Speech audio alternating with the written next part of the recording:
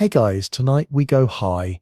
Literally, higher than the clouds, higher than most of recorded history ever dared to climb.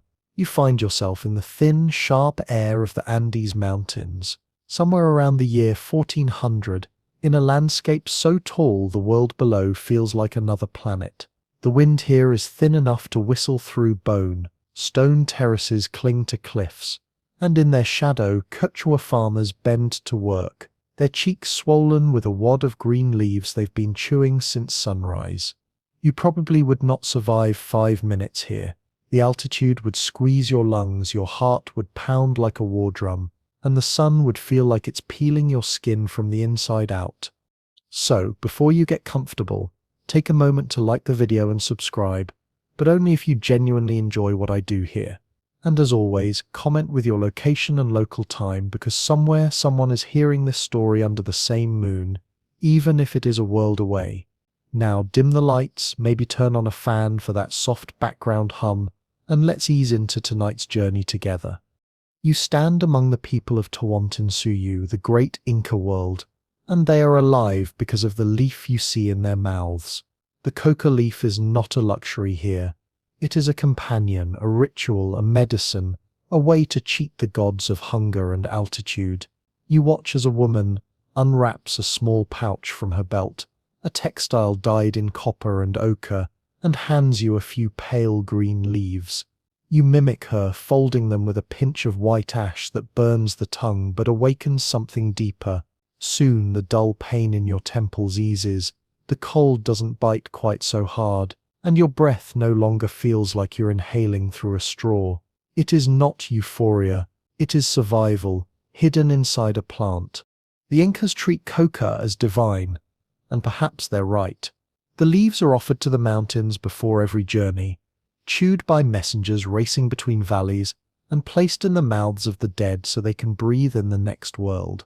To them, it's not an addiction, it's a conversation with nature itself. The word coca means the tree or the plant in Aymara, but its true meaning is closer to life's whisper. Each leaf is part medicine, part prayer. You can feel that in your fingertips as you watch people sharing handfuls of it with the reverence you'd reserve for holy water. Centuries before chemistry gave the world its worst ideas, the Andes had already perfected moderation. Too much coca, and the gods might think you were trying to outrun them. Too little, and the mountain might not let you pass. So they balanced it, kept it sacred, wrapped in mythology. You hear the songs sung to Mama Coca, the spirit of the plant, half mother, half mischief, who supposedly sprang from the buried body of a betrayed woman. Her green veins became vines, her leaves an eternal comfort for those left behind. The empire itself runs on this powderless miracle. Miners in Potosi's silver hell chew coca to survive days without food. Messengers known as chasquis sprint between provinces with coca-stuffed cheeks, the leaf granting them stamina that feels almost supernatural. Priests, soldiers, and rulers alike carry small woven bags for their personal supply. It's a quiet unifier. No matter your station, you still share in this ancient pact between body and mountain. But the leaf has its enemies. When the Spanish arrive, they see the brown-skinned miners and farmers constantly chewing and mistake endurance for laziness. The conquistadors, with their heavy armor and heavier appetites, find no holiness in a plant that grows from dirt. They call it diabolic, until they realize the coca leaf keeps their enslaved laborers alive long enough to dig more silver. And so the same men who cursed it soon taxed it, consecrating its trade with the language of greed instead of reverence. You can picture it in the cathedral at Cuzco, a Spanish friar preaching against indigenous superstition, while his pockets quietly jingle with coca taxes. The hypocrisy smells like incense and sweat. The crown of Castile learns quickly that sin, when profitable, becomes a sacrament. The mines of Potosi pump out mountains of silver, but it's the green leaves that keep the veins of the empire from collapsing. Without coca, the workers would starve or faint. With it, they can endure impossible labor. Thus, the empire of faith is built upon a narcotic that the priests pretend does not exist. And still, The leaf resists corruption. It refuses to be evil or holy, simply necessary. You see it hanging to dry in woven baskets beside Andean huts, or stored in clay jars like sacred salt. Mothers feed it to their children to ease toothaches. Travelers tuck it in their belts as a shield against thin air. In some valleys, coca leaves are still used to read omens spread on a woven mat, their patterns interpreted like cards. The future, they say, is hidden in the curl of a leaf. Centuries later, the conquistadors are gone, the empire dust, but the habit remains quiet, green and dignified. No one here could imagine that one day men in white coats will take this plant and strip away everything human about it. No one knows that buried in these hills lies the chemical seed of future decadence, a ghost molecule waiting to be freed. The leaf will cross oceans, languages, and moral lines. What was once an offering to the mountain spirits will become a currency of power, a whisper turned into thunder. You can almost feel time breathing against your neck, the centuries shifting like sand beneath your feet. The same leaves that now rest between your teeth will one day rest on mirrored tables in Paris, in the veins of dreamers, in the nostrils of kings. It will be chewed, smoked, snorted, injected, and sung about. It will dance through medicine, music, and murder. But for now, you are still safe in the highland wind, surrounded by people who see in this leaf not temptation but balance. The sun begins to set, and the mountains blush red as blood. You watch as the villagers gather around a fire, passing a gourd of chicha, a fermented corn drink, while the elders toss coca leaves into the flames as thanks to the spirits. Smoke rises like prayer. The children giggle, the men hum a tune older than empire, and you realize something that future centuries will forget. Nothing that powerful ever begins as evil. Every sin, every empire, every obsession starts with a miracle misunderstood. When you finally stand to leave, the woman from earlier presses one last leaf into your hand. She smiles, toothless but kind. For the road, she says, or something close to it.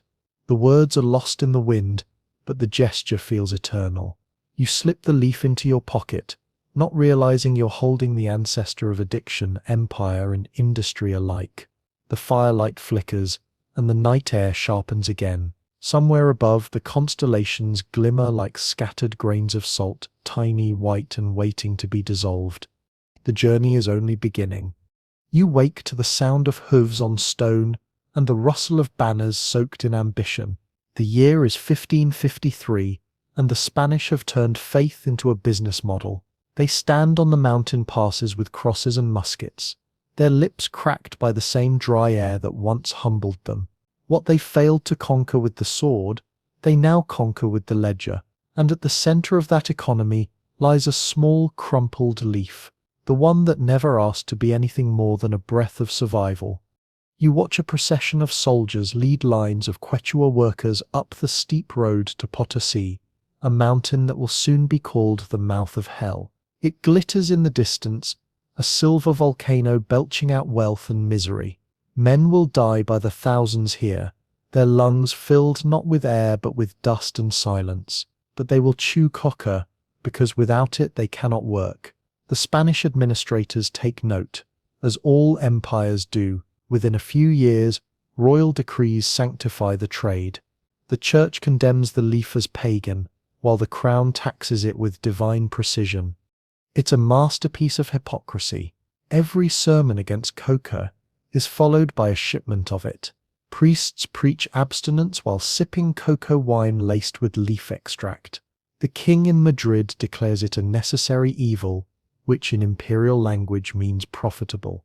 Coca leaves are now weighed, stamped, and sold like silver. Warehouses rise along the Andes packed with woven sacks of dried green, the scent of mountain rain mingling with greed. You stand in the market at Lima, watching merchants haggle over leaves as if trading gold dust. Coins clink, priests frown, accountants grin. The plants that once connected people to the spirit world now connects ledgers to coffers, and somewhere between piety and profit, its innocence evaporates.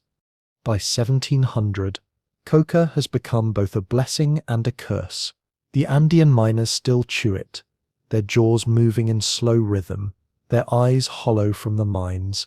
The Spanish elite, meanwhile, begin to toy with the idea of coca as an exotic novelty. European travelers write home about the miraculous plant that allows Indians to endure hunger and cold. Apothecaries in Madrid and Seville start selling coca tinctures to the curious, rich, tiny vials, claiming to cure fatigue, melancholy, and the vague spiritual exhaustion of colonial boredom. You imagine the scene: a powdered gentleman in lace cuffs, staring into his mirror and dabbing a few drops of coca extract onto his tongue, expecting enlightenment. The taste is bitter, earthy, alien. He coughs, grimaces, and calls for his servant to bring brandy. Somewhere far above him, an Inca spirit laughs softly in the wind. For 2 centuries, the leaf sleeps quietly in its mountains. Europe forgets about it, busy inventing steam engines and revolutions. But in the mid-19th century, the world rediscovers curiosity and chemistry. Laboratories glow with gaslight, and the age of extraction begins. Men in white coats and wire-rimmed glasses turn nature into numbers. Plants become puzzles to be solved, and in 1859 a German chemist named Albert Niemann solves the riddle of coca. He isolates the alkaloid, pale, crystalline, perfect. He calls it cocaine. It looks like snow and burns like science.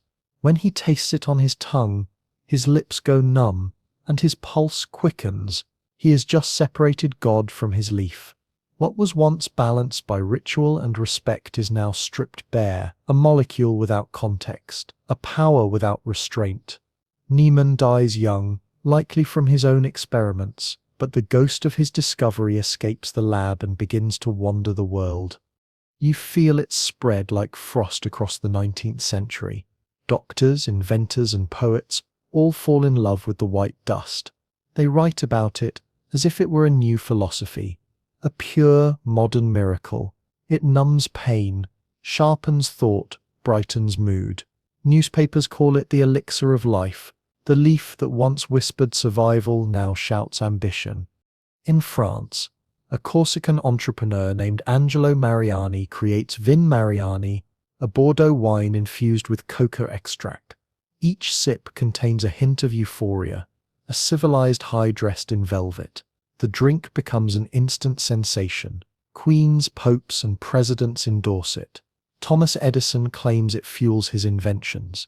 Even the Vatican issues a Medal of Honor to Mariani for services to humanity, proving once again that the Church has a flexible definition of sin.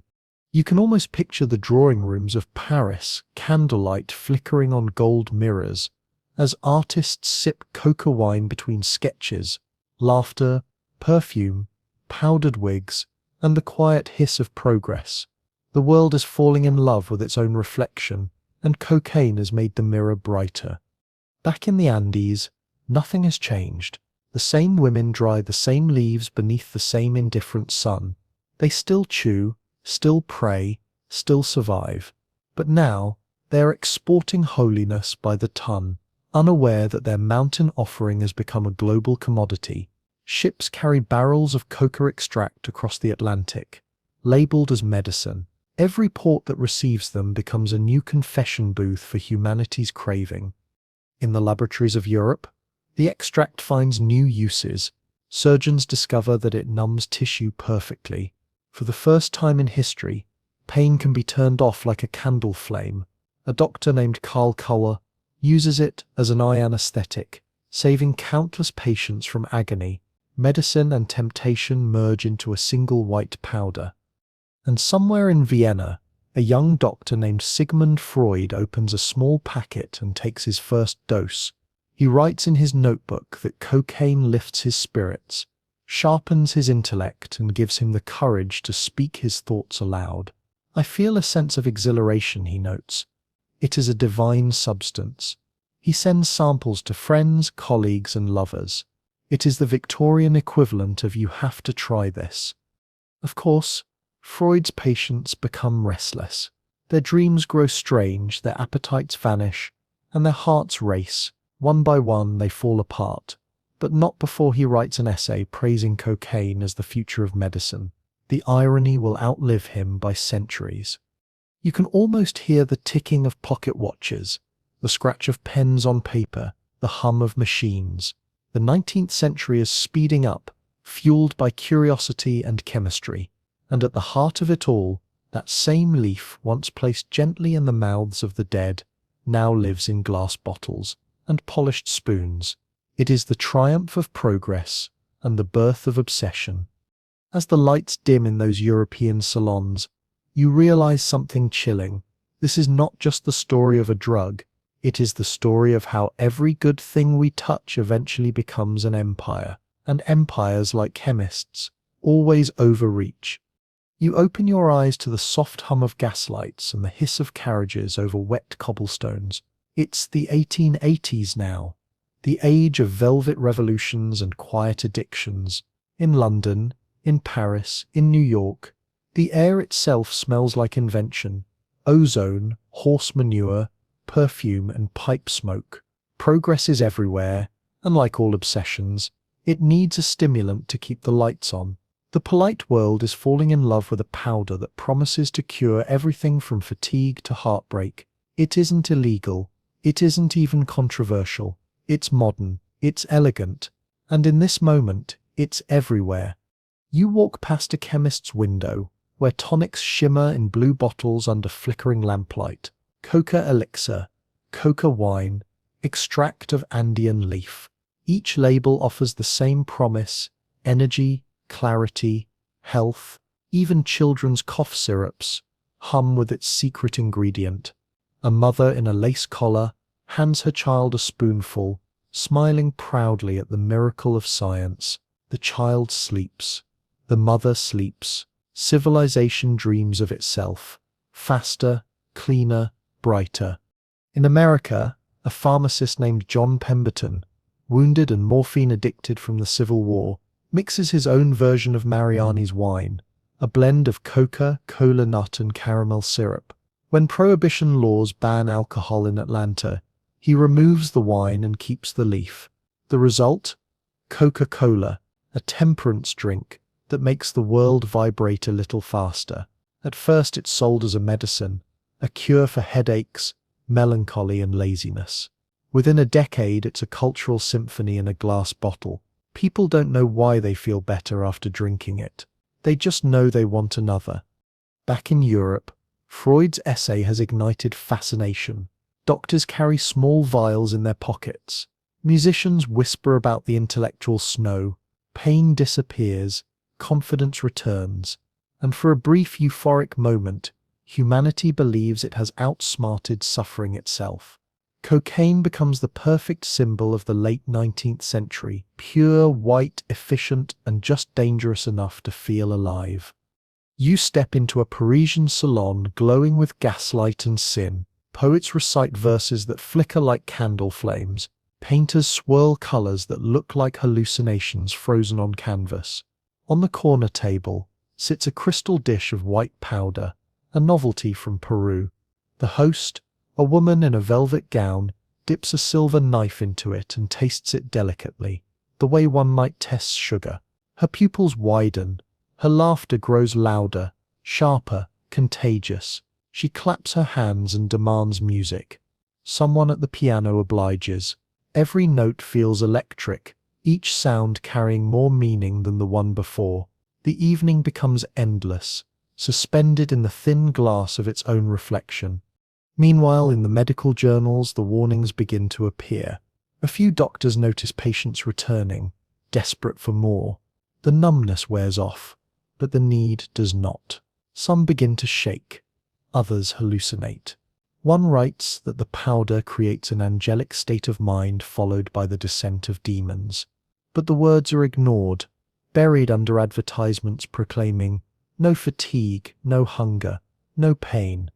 In New York, the newspapers print glowing testimonials: cocaine, the modern cure for depression, a tonic for businessmen, soldiers and mothers alike. Pharmacies sell it in neat glass vials. For a few cents you can buy transcendence over the counter. The age of convenience has found its perfect metaphor. You walk down Broadway and watch the city pulse with optimism. The electric street lamps blink awake like stars descending from heaven. The people walk faster, talk faster, dream faster. Progress is an addiction in itself. And beneath the hats and corsets, the powder whispers, you can do more, you can feel more, you can be more. In Vienna, Freud's own enthusiasm fades as the side effects mount. Friends he introduced to the drug begin to unravel. His colleague, Dr. Fleischl, develops gangrene in his arm from repeated injections and dies slowly, hallucinating insects crawling beneath his skin. Freud quietly abandons the topic, moving on to dreams and desires that don't come in powdered form. But the damage is done. The idea is loose. Humanity now knows that euphoria can be bottled. By the turn of the century, cocaine has become a fashion accessory. It appears in art, in literature, even in etiquette guides. A well-stocked hostess keeps a small supply in her cabinet, alongside cigars and port. The upper class consumes it as casually as champagne, while the poor find it in cheap tonics sold in alleyways. Doctors still prescribe it. Soldiers still carry it in field kits. There's a kind of innocence to it, like a child playing with fire in a room full of curtains. And yet, cracks begin to appear in the mirror. Newspapers whisper about cocaine fiends, a new breed of restless souls wandering cities at night, trembling with need. The same journalists who once praised the drug now frame it as moral decay. Police reports mention crimes of frenzy and delusion, and just like that, the world's favorite tonic becomes a social disease. The pendulum swings as it always does, from miracle to menace, from curiosity to curse. The irony is perfect. What began as a divine leaf in the Andes, then a miracle in Europe, now becomes a cautionary tale in America. The dream of progress meets its own reflection and finds fear staring back. By 1914, the United States passes the Harrison Narcotics Tax Act, the first law to control cocaine and opiates. Pharmacies lock their drawers. Advertisements vanish. Coca-Cola quietly removes the active ingredient, but keeps the name as if nostalgia could still taste like innocence. You walk through the quiet streets of a new century. The electric lights are brighter now, but the faces are tired. A few people still carry the white powder, now illegal, now taboo. It hides in jazz clubs and doctors' offices, traded under the counter like a secret handshake. The modern world has learned its lesson, or thinks it has. But deep down, the desire remains, the need to escape exhaustion, to outpace pain, to feel like a god again, even for a heartbeat. You look back once more at the Andes, at the miners, the women drying their leaves in the sun, the children laughing beside the fire. They never sought glory or numbness. They only wanted to breathe, and somewhere between their humility and our hubris, humanity lost its balance. The powder has left the laboratory, the salon, the pharmacy. It's gone underground, waiting for its next empire to rise. You find yourself standing in a new century, a world humming with engines, cables, and possibility. It's the early 1900s, and the white dust that once glimmered under chandeliers has followed the same path as every forbidden pleasure, down the alleys, behind the curtains, into the veins of those history prefers to forget. The newspapers call it a scourge. The politicians call it the enemy. But you can feel it beneath the surface. The same restless heartbeat that once echoed in the Andes still thrums inside the veins of the modern city. The miracle hasn't vanished. It has simply learned to whisper. You drift through the smoke of a jazz club in 1920s Harlem. The music bends time. Trumpets cry out in joy and despair all at once.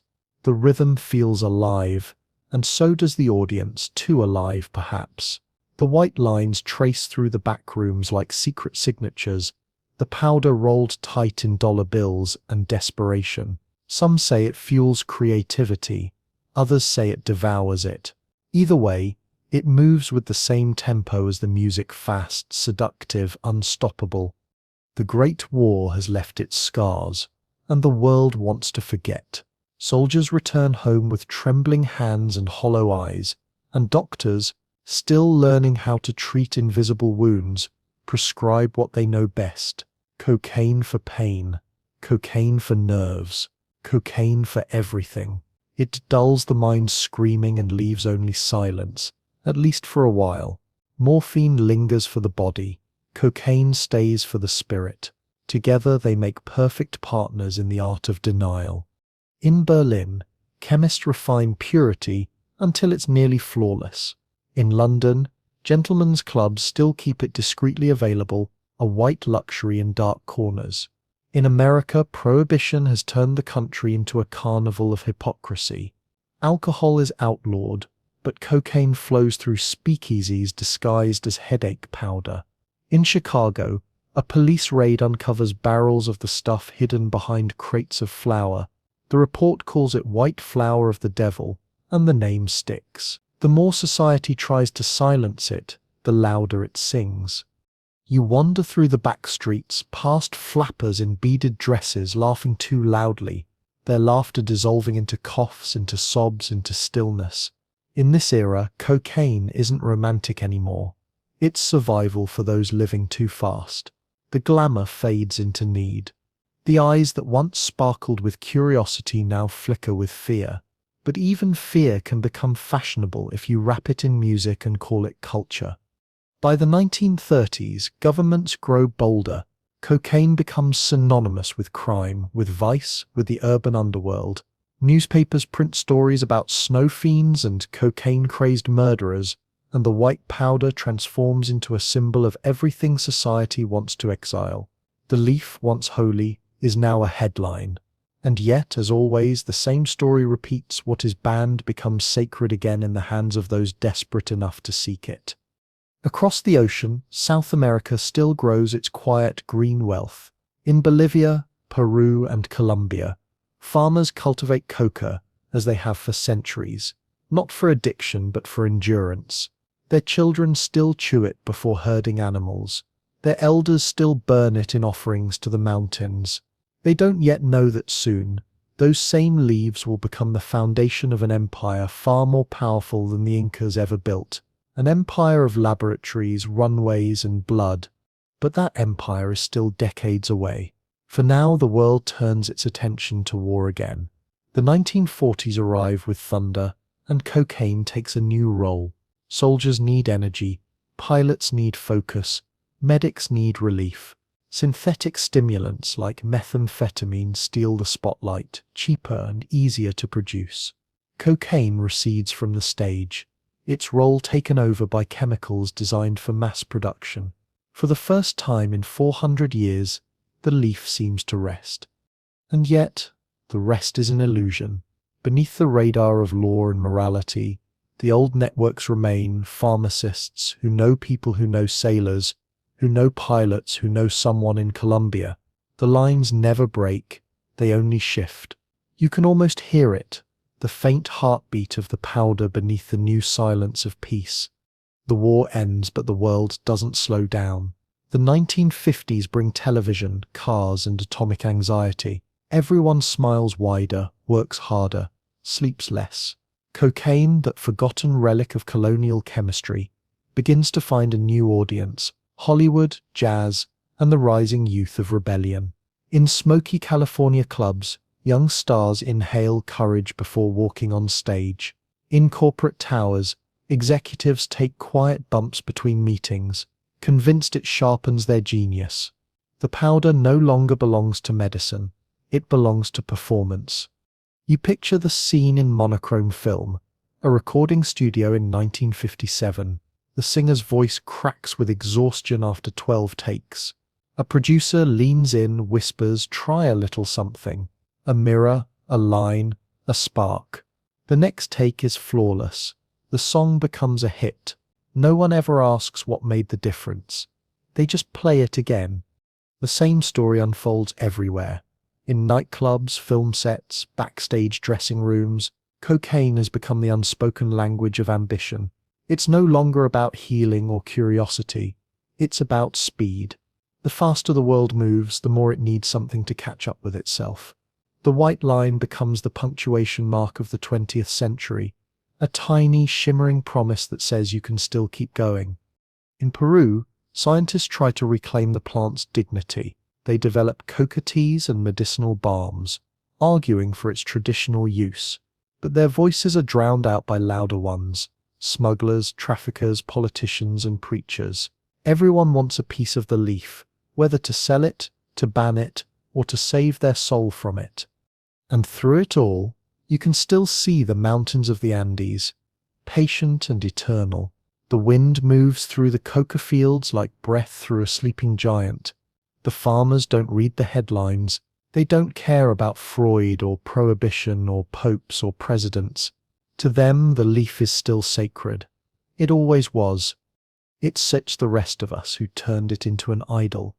The year is 1972, and the world is already vibrating from too many revolutions. The 60s have burned themselves out in a flash of guitars and gasoline, and now the party has turned private, powdered, and profitable. You are in Miami, where palm trees lean like conspirators and every breeze smells faintly of suntan oil and risk. Cargo planes hum above the coast at night, their bellies full of something that started as a green leaf on a mountain and now gleams white under fluorescent warehouse lights. The modern cocaine age has begun. You can feel it in the air, crisp, electric, a hum beneath every heartbeat. America has found its new religion, and its altar fits neatly on a mirror. The powder has gone from pharmacy to playground, from doctors to dealers, from silver spoons to golden spoons. It no longer pretends to heal. It just promises to erase fatigue, sadness, and moderation. Every inhale feels like permission to never slow down again. In Colombia, the hills of Antioquia glow faintly with lanterns at dusk as farmers boil, dry, and crush coca leaves for men they will never meet. What was once a ritual harvest is now an industry. The names change: Ochoa, Leder, Escobar, but the idea remains ancient. Turn devotion into power. The coca plant becomes currency. Jungle labs replace temples. Airstrips replace altars. Planes roar into the sky, carrying not prayers but powder. You walk through a village in the foothills, hearing the rhythmic thump of makeshift presses squeezing liquid alkaloid from green pulp. The smell is sharp and chemical, a ghost of the leaf's former self. Men pour gasoline over wooden barrels. Women hang clothes beside vats of ether. It's alchemy, but darker. The white paste that drips out isn't medicine or magic. It's ambition condensed. By 1975, the Medellin cartel is born, and the word cartel itself changes meaning forever. It's no longer just economics. It's a new monarchy. Cocaine is their crown. Money is their army. Fear is their flag. The trade moves like water, unstoppable, adapting to every obstacle. Politicians denounce it on camera, while their children snort it at parties. The hypocrisy becomes part of the ritual. You find yourself in a nightclub in New York. The lights strobe like lightning. The music feels eternal. On every table, small glass vials glitter like jewelry. Studio 54, the Cathedral of Excess, has replaced the Andean mountain as the new temple of the leaf. Models, movie stars, bankers, and poets all share the same confession. You can almost hear the ghosts of the Inca miners laughing somewhere far away, their sacred leaf reborn as the toy of emperors. By the 1980s, the world is split in two: those who buy and those who bury. In the barrios of Medellin, teenage soldiers clutch rifles taller than themselves, defending airstrips carved out of rainforest. In Los Angeles, the same powder mutates into something cheaper, crueler, and deadlier: crack cocaine. Cooked in kitchens, sold in alleys, it tears through neighborhoods like fire through paper. The media calls it an epidemic, but it's really a mirror. A society built on speed, finally watching itself overdose. The Reagan administration declares a war on drugs. Cameras roll, speeches thunder, but the war is mostly theater. Planes still fly, ships still sail, money still flows. The leaf doesn't care about politics. It only responds to hunger. You can feel it, the same old human craving, disguised in new slogans. The same hypocrisy that began with Spanish friars now wears designer suits. In Bogotá, Pablo Escobar builds his empire brick by brick, dollar by dollar. His mansion glitters with chandeliers and bullet holes. Hippos graze on his private ranch, imported from Africa just because he can. He funds schools, churches, and assassinations with equal generosity. The world calls him a monster, but to some he's a hero, the man who made poverty rich. You see him as a reflection of everything cocaine represents: generosity without morality, ambition without limits, divinity without redemption. The powder crosses every border, in diplomatic pouches, in cargo containers, in human bodies. It hides in coffee shipments, in toys, in books. It travels farther than any missionary or army ever has, and with each shipment it becomes less human and more myth. Every gram carries centuries of contradictions: holiness and greed, survival and destruction, prayer and profit. In Miami, the streets turn red. The cocaine cowboys rule, driving Ferraris through neighborhoods that smell of diesel and salt. The police seize mansions filled with gold-plated guns and pink flamingo carpets. The newspapers print headlines like scripture: "War on cocaine." But war requires two sides, and in truth, both sides are addicted, one to the substance, the other to the money that fighting it brings. You watch the television flicker in a dark living room somewhere in Middle America. Parents clutch their children as politicians promise justice.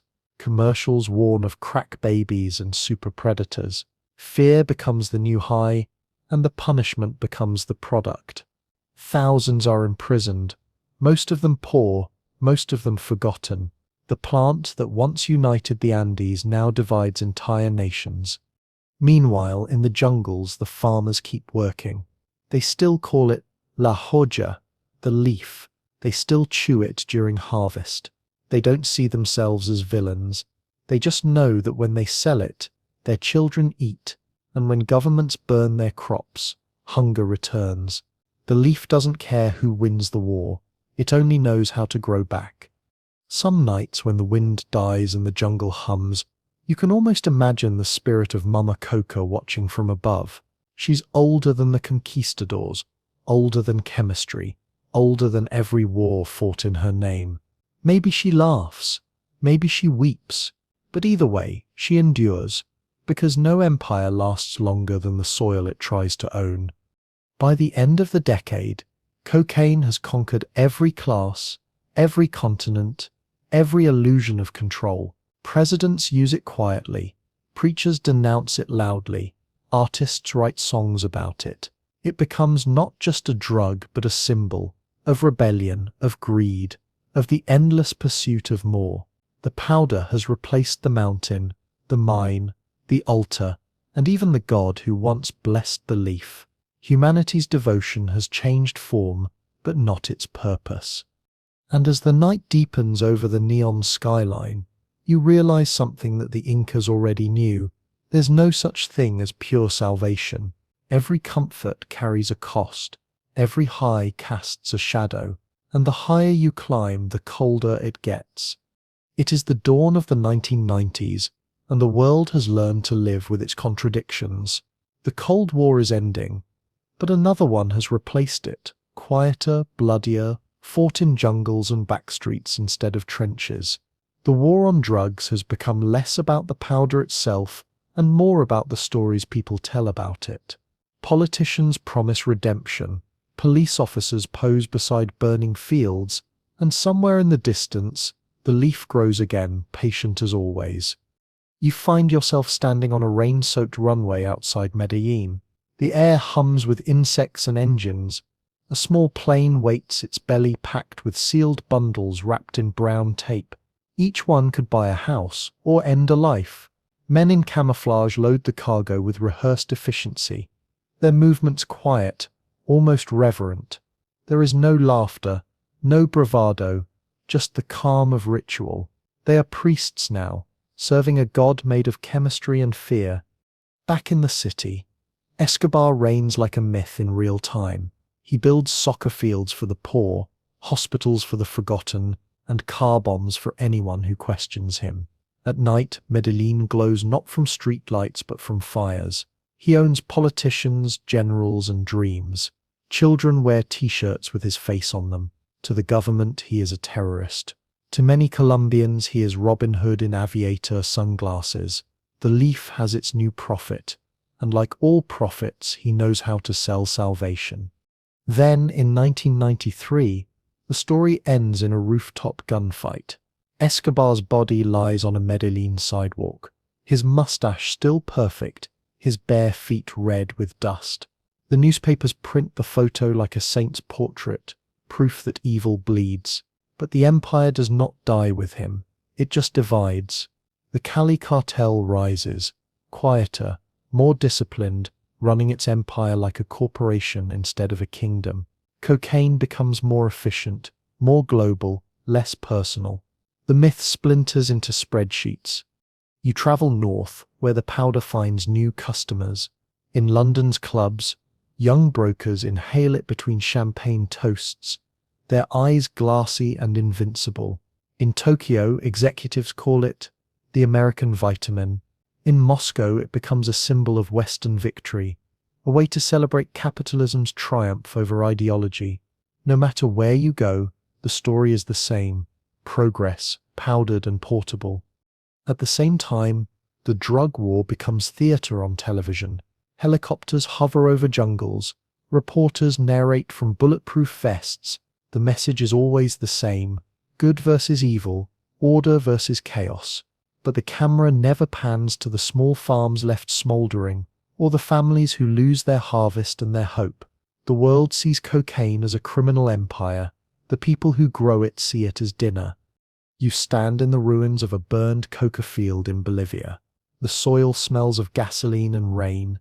A woman kneels beside the blackened stems, pressing a few surviving leaves into her palm. She whispers a prayer to Pachamama, the Earth Mother, asking forgiveness for what she's lost and for what she must replant. Behind her, soldiers light cigarettes, waiting for the next helicopter. History repeats itself, conquest disguised as cleansing. In the cities, cocaine slips into music again. The rock stars who once sang about freedom now sing about hunger, lust, and paranoia. The powder hides in studio bathrooms, hotel rooms, backstage corridors. It never really left, it just learned to whisper behind closed doors. You can almost hear it in the songs, a sharp inhale before every chorus, a breath that sounds like confession. By the late 90s, technology changes everything. The internet, cell phones, and global shipping turn smuggling into logistics. Routes multiply: Caribbean islands, Mexican deserts, African ports.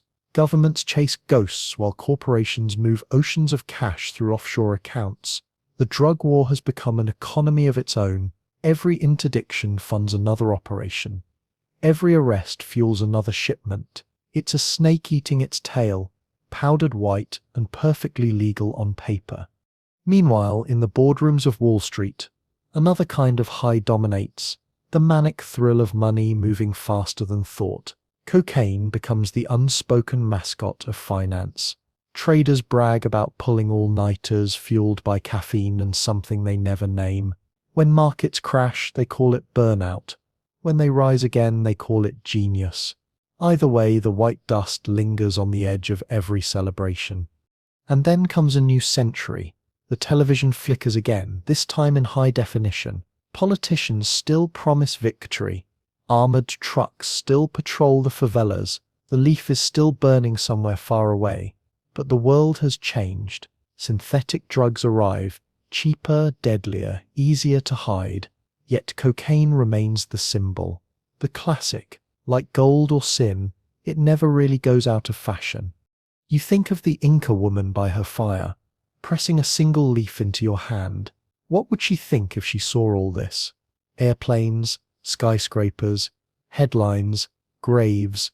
Would she recognize her gift? Or would she see it as proof that the gods still play jokes on mortals? Perhaps she'd just smile, the way only someone ancient can, and whisper that nothing ever truly changes. The wind shifts, carrying the smell of burnt kerosene and jungle rain. Somewhere, a new shipment takes off into the dark. Somewhere else, another field begins to grow. And between those two places, between hunger and demand, lies the entire story of modern civilization. You close your eyes. The hum of the engines fades. For a moment, the air is still. It smells faintly of leaves, of dirt, of beginnings, the war, the wealth, the wonder. They're all the same thing, just different costumes. The powder has circled the world, but the leaf is still waiting on the mountain, patient as time. The century turns, and you open your eyes to the world as it is now, louder, brighter, more connected and more divided than ever. It's the early 2000s, and cocaine has shed its mystique of rebellion to become something else entirely routine. The rich call it networking. The poor call it escape. Politicians pose for cameras condemning it, while nightclubs from Ibiza to Las Vegas echo with the same soft sniff, the same quick laugh, the same instant denial that anything is wrong. You're in a London apartment at 3 in the morning. There's a skyline of empty glasses on the table, a laptop open but forgotten, and on the glass coffee table, 2 neat white lines. The conversation is looping, the same jokes, the same laughter, the same chase for another spark of something that never lasts. Nobody here believes in miracles anymore, but everyone still believes in momentum. The powder doesn't promise transcendence now. It just promises not to stop the music. Across the Atlantic, the Miami coast still hums with fast boats and fast money, but the trade has shifted. The old Colombian cartels have splintered under pressure, replaced by smaller, meaner syndicates in Mexico and Central America. What once was empire has become a network. The Medellin mansions are gone, replaced by concrete safe houses and encrypted phones. The new generation of traffickers doesn't want fame, they want invisibility. You can feel it, the chill efficiency of a system that has turned sin into data. You find yourself in Sinaloa, where the dust tastes like iron and diesel. The cartels here have learned from every fallen king before them. They keep the violence quiet when they can, and spectacular when they must. Whole towns live in silent complicity. Children grow up knowing which roads to avoid, which trucks to bow their heads for. The white powder isn't just a product anymore. It's gravity pulling everything, money, lives, morality toward itself. Governments spend billions fighting it, and yet the numbers never change. A ton seized here, a ton replaced there. The war on drugs has become a kind of religion, complete with its own rituals, martyrs, and unspoken faith that maybe next year will be the year it works. You can almost hear the liturgy in every press conference. We are winning, we are losing, we are committed. The same words, the same rhythm, the same futility. Meanwhile, in the world above the headlines, cocaine quietly evolves into lifestyle. Magazine spreads show immaculate penthouses and the lingering suggestion of white dust beside champagne glasses. Movies glamorize it. Pop stars name drop it like punctuation. It's no longer forbidden. It's fashionable again, as if the past century never happened. What used to be whispered about in smoky bars is now broadcast in neon. The drug becomes a mirror once more, reflecting whatever fantasy the user projects into it. You walk through a European airport in 2007, and behind the sterile glow of the duty-free shops, dogs and scanners wait for the ghosts of empires past. Each seized suitcase tells a story. A Peruvian courier promised a better life, a businessman who thought he could outsmart a machine, a border officer who's seen it all before. Cocaine doesn't just move through people, it moves through systems. It flows along supply chains, custom zones, bank transfers, offshore accounts. The same precision that built civilization now sustains its most stubborn addiction. And then, in 2008, the world economy collapses. Banks fail, markets crash, fortunes vanish. In the rubble, cocaine remains curiously stable. The cartels don't panic. They adapt. Demand never falls because despair never sleeps. You can almost hear the irony. The one product outlawed in every country turns out to be recession-proof. The powder, like the leaf, obeys no human law except appetite. In the same years, scientists begin studying cocaine's effects again, this time under fluorescent lab lights instead of candlelight. They scan brains, measure dopamine spikes, record electrical storms inside the skull. They describe what the Incas already knew. It fills you with the illusion of breath, of power, of invincibility. But unlike the leaf which fades gently, the purified powder leaves emptiness in its wake, a hollow echo where euphoria once was. Modern science catches up to ancient wisdom, a few centuries too late. In documentaries, you see the faces, traffickers, users, victims, soldiers, politicians. They all repeat the same words in different languages. Control, loss, control, loss. A rhythm that has not changed since the first leaf was chewed in the shadow of a mountain. Humanity keeps trying to separate pleasure from consequence, prayer from price.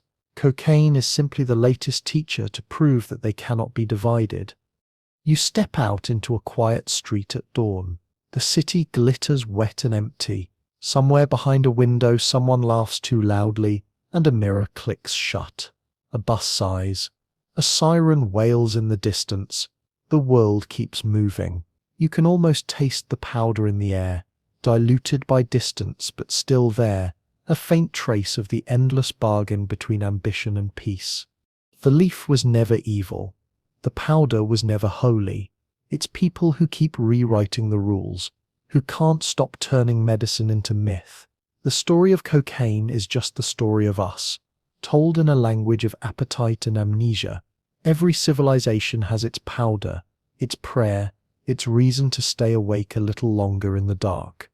It's the 2010s now, and the world has perfected speed. Planes cross oceans before a movie finishes. Money moves through fiber optic veins faster than guilt can follow it. The cocaine trade hums inside this rhythm, invisible yet omnipresent, an economy within an economy, a pulse within the global bloodstream.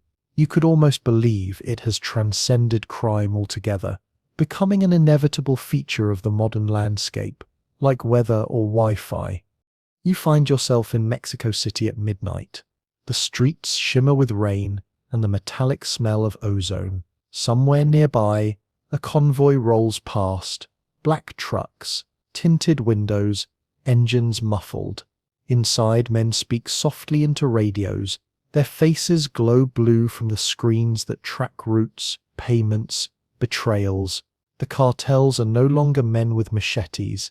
They are logistics firms with armies. They monitor shipments through satellites, code and prayer. And when violence erupts, it isn't chaos, it's management.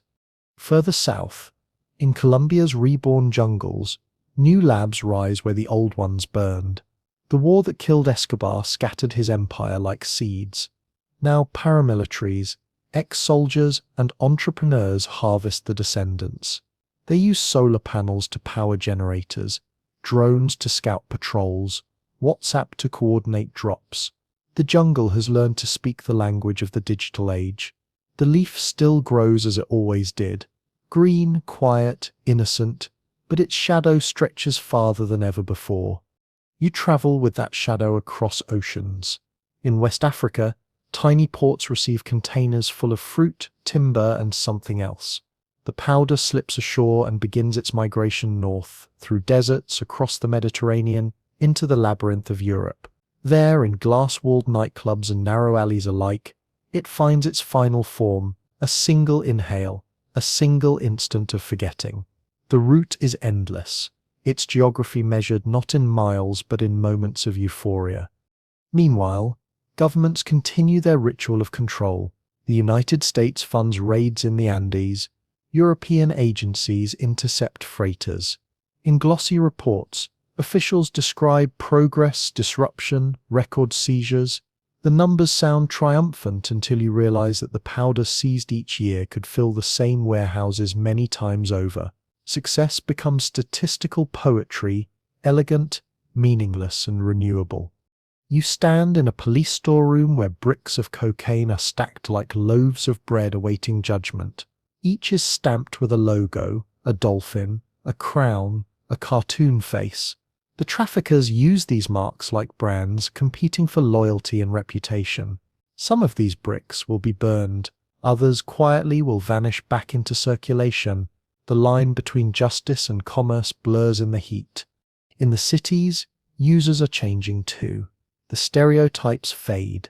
It's no longer just Wall Street traders or Hollywood stars. It's nurses after long shifts, programmers chasing deadlines, delivery drivers surviving double shifts. Cocaine has become a functional myth. The illusion that exhaustion can be edited out of life. You can taste the irony in the air. The world that worships productivity now depends on a drug born from ancient worship. You wander through London's financial district at dawn. Street sweepers hose away the night while the glass towers blush with sunrise. Inside, the earliest traders are already at their desks, coffee cups beside small folded napkins that no one will ever mention. The hum of ambition is constant.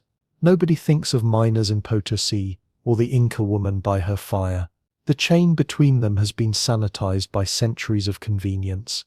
But if you listen closely, you can still hear it, the whisper of the leaf beneath the static of progress. Elsewhere, in the same decade, a new discourse emerges. Activists and economists begin to speak not of eradication but of consequence. They question whether the real addiction is to the drug or to the profit of fighting it. Universities host panels about decriminalization, harm reduction, colonial legacy. The conversations sound modern, but the heart of them is ancient. How much control over pleasure and pain should any society claim? No one agrees, and the planes keep flying. In Peru, a small cooperative of indigenous farmers tries to reclaim the story. They export legal coca tea under bright green labels, reading Mimar Coca, sacred leaf of the Andes. Tourists drink it in Cuzco cafes before hiking the Inca Trail, praising its authenticity. The same tourists will later pass through airport scanners, while guards search for the illegal cousin of that tea, hidden in suitcases. 2 leaves, 1 spirit, split by law. As the decade closes, a new kind of war begins, the one over narratives. Streaming documentaries show cartel violence in cinematic slow motion. True crime podcasts turn traffickers into tragic anti-heroes. Social media glamorizes excess again, looping back to the same aesthetic that once filled Parisian salons. Humanity still loves its demons, especially when they photograph well. And yet, every so often, the illusion cracks. A cargo plane crashes in Guatemala, scattering white dust over green fields. A nightclub overdose makes headlines. A small boy in a Bolivian village touches the leaves drying on a mat and asks his mother what they're for. She smiles and says, "For strength." Somewhere, someone snorts that same strength through a rolled banknote and calls it freedom. The circle is complete. You look around at the planet, one endless marketplace pulsing with appetite. The powder is still here, softer, smarter, subtler. It hides in algorithms, in courier routes, in songs, and beneath all of it, the same mountain wind blows, carrying the faint scent of something ancient and alive. The year is 2020, and the world stops breathing. Airports empty, streets fall silent, masks cover faces that used to smile into mirrors. The pandemic closes borders that cocaine once crossed effortlessly, and for a brief moment it seems the leaf might finally rest. But still the planes fly, smaller, quieter, lower to the ground. The trade adapts faster than governments do. If history has taught anything, it's that the leaf always finds a way. You stand at the edge of a Colombian river, watching as men in rubber boots push a small boat into the current under a curtain of rain.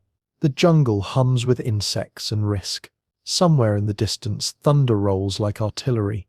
The men load wooden crates wrapped in black plastic, each one containing enough powder to buy a dozen futures. They don't call it cocaine here. They call it mercancía, merchandise. To them, it's not sin, it's survival. Further north, in the Mexican desert, a convoy cuts across the dust. It's not an army, though it looks like one, but a supply chain with rifles. The pandemic has shut ports and airports, but the appetite of the world hasn't gone anywhere. Dealers adapt, just like viruses do. They use submarines now, homemade steel vessels crawling under waves, carrying tons of white cargo through international waters. The news reports them like curiosities, narco subs, as if they were inventions instead of inevitabilities. You can feel it even now, that same ancient pulse, the heartbeat of a plant that refuses to die. It started as a whisper on a mountain slope, and now it beats inside cities locked down by fear. In London, in New York, in Sao Paulo, the isolation turns inward. People crave escape, stimulation, the illusion of control. Cocaine becomes a private rebellion, a reminder that even when the world stops, the body can still burn bright. By 2021, global seizures hit record highs. Experts call it the cocaine boom, as if it were a tech trend. Synthetic fertilizers, drones, and encrypted apps have made production almost invisible. Whole forests are cleared to grow coca, while entire economies depend on the demand of a restless species that can't sit still. The same governments that banned it now quietly benefit from the money it launders through banks too big to question. The line between crime and commerce is not a line at all. It's a blur of convenience. In Amsterdam, you watch a conference on drug policy innovation. Men in suits debate whether legalization might solve everything. They speak of human rights, taxation, and public health. No one mentions the miners, the jungle, the prayers whispered over green leaves. The discussion is polite, academic, bloodless. You think of the woman centuries ago who handed you that first leaf in the Andes, her hands cracked by wind and sun, her eyes patient. Her world and this one could not be more different, and yet they orbit the same hunger. You travel next to Bolivia, where farmers march with banners painted in green. La hoja es sagrada. They chant, the leaf is sacred. They are not asking to sell cocaine. They are asking for respect, for recognition that their culture existed long before laboratories and police raids. Some carry portraits of Tupac Katari, the indigenous revolutionary who once warned, "I will return, and I will be millions." In a way, he has. Every leaf is a quiet rebellion against forgetting. And yet, even as the chants rise, another sound echoes from the jungles. Chainsaws. Cartels clear new ground for more crops, driven by markets that seem infinite. Forests vanish. Rivers run thick with runoff chemicals. The leaf that once spoke to the gods now poisons the soil that birthed it. Nature, patient for millennia, begins to look tired. At night, in Lima, you sit beside a young chemist who used to work in a government lab. He laughs softly when you ask whether the war on drugs is winnable. Wars need endings, he says. This one doesn't.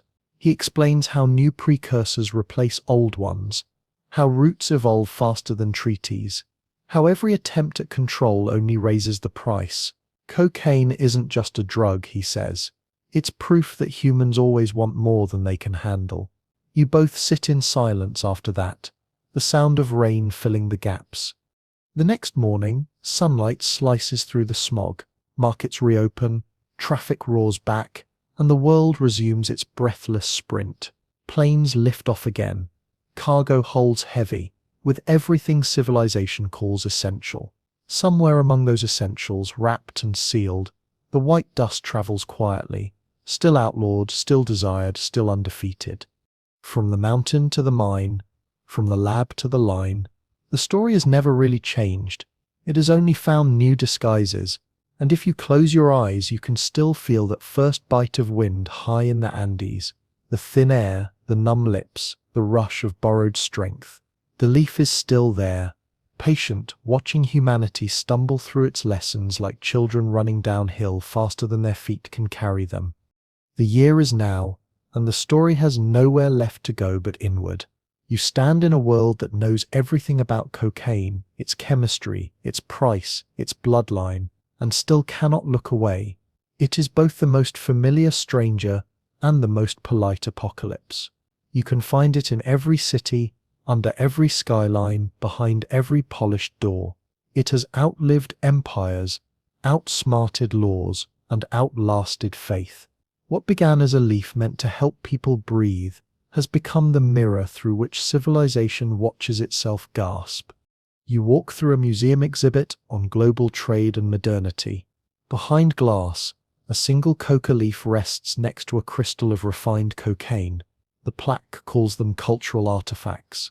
Schoolchildren shuffle past, half listening to a guide explain their historical impact. None of them realize that outside these walls, the story continues, not in history books but in alleyways, offices and hotel rooms. The line between education and participation has blurred beyond recognition. The past isn't past, it's just powdered now. In New York, the city beats at a higher frequency. Everything hums, the traffic, the screens, the pulse under the skin. You follow the glow of late-night windows, traders, artists, insomniacs, all moving faster than their hearts were designed to. There's no shame anymore, only efficiency. The same white powder that once fueled miners and conquistadors now fuels deadlines and dreams. You can't tell whether humanity is winning or simply too awake to stop. Meanwhile, deep in the Andes, the leaf still grows as it always has. The farmers who tend it live in the same rhythm as their ancestors. They wake before dawn, whisper prayers to the mountains, and pick the soft green leaves by hand. They don't see global markets or moral debates, they see breakfast, medicine, and endurance. When asked about the world beyond, one man shrugs. People everywhere just want to feel alive, he says. You realize he's not wrong.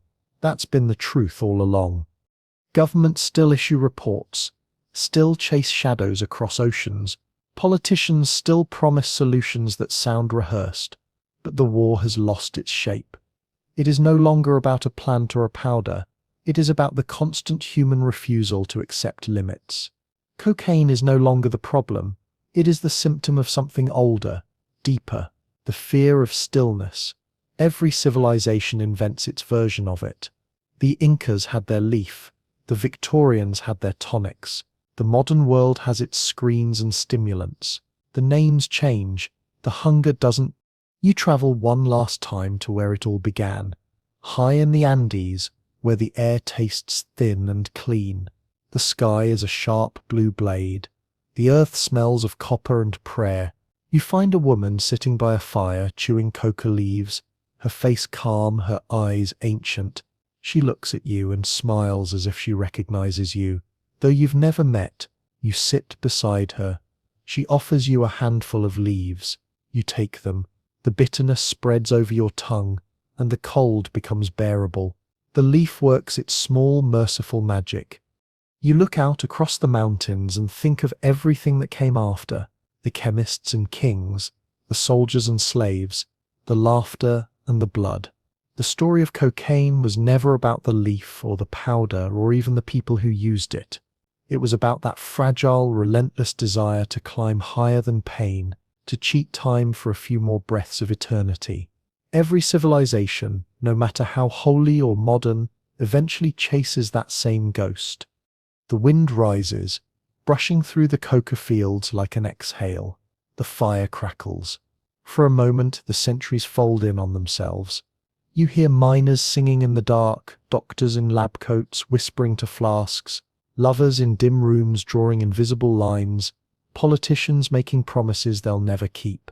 The whole human story plays out in one endless inhale and one long, trembling sigh. And then, silence. The kind of silence that doesn't ask for redemption, only rest. You close your eyes and breathe in the cold mountain air, realizing that after all the chaos, all the history, all the wars and the worship, the leaf has always offered the same gift, peace in the present moment. You were never chasing euphoria. You were just trying to remember what breathing feels like. The fire fades to embers. The stars spill across the sky like salt over black velvet. The night folds around you, soft, ancient, forgiving, and as your heartbeat slows to the rhythm of the wind, you feel the story dissolve into stillness, like a candle going out. Now the night is almost gone. You sit beneath the mountains that once held empires and secrets, listening to the earth breathe. The fire's warmth is fading, but the quiet feels eternal. You can still taste the bitterness of the leaf, faint and clean like memory itself. It's strange, isn't it, that a single plant could hold so much of humanity inside it. Kings, peasants, dreamers, tyrants, all of them took from the same branch and found their own reflection. The wind drifts through the coca fields, rustling the leaves in soft applause. Somewhere far below, rivers carve their paths toward the sea, carrying traces of everything we've ever done: silver dust, ash, prayers, and regret. You think of how many lives were measured by this powder, how many nights stretched too long or ended too soon because of it, and still, beneath all the noise, the leaf remains what it always was: quiet, patient, alive. You lean back and close your eyes. The cold touches your skin, gentle as forgiveness. History has finally stopped talking. The mountains watch, ancient and indifferent. You breathe in once more, deep, slow, steady, and feel the weight of centuries lift with the exhale. In the end, the story of cocaine isn't about power or corruption or empire. It's about breath. The first thing we take, the last thing we lose. And as the fire dies, you realize you've been breathing all along, like a candle going out.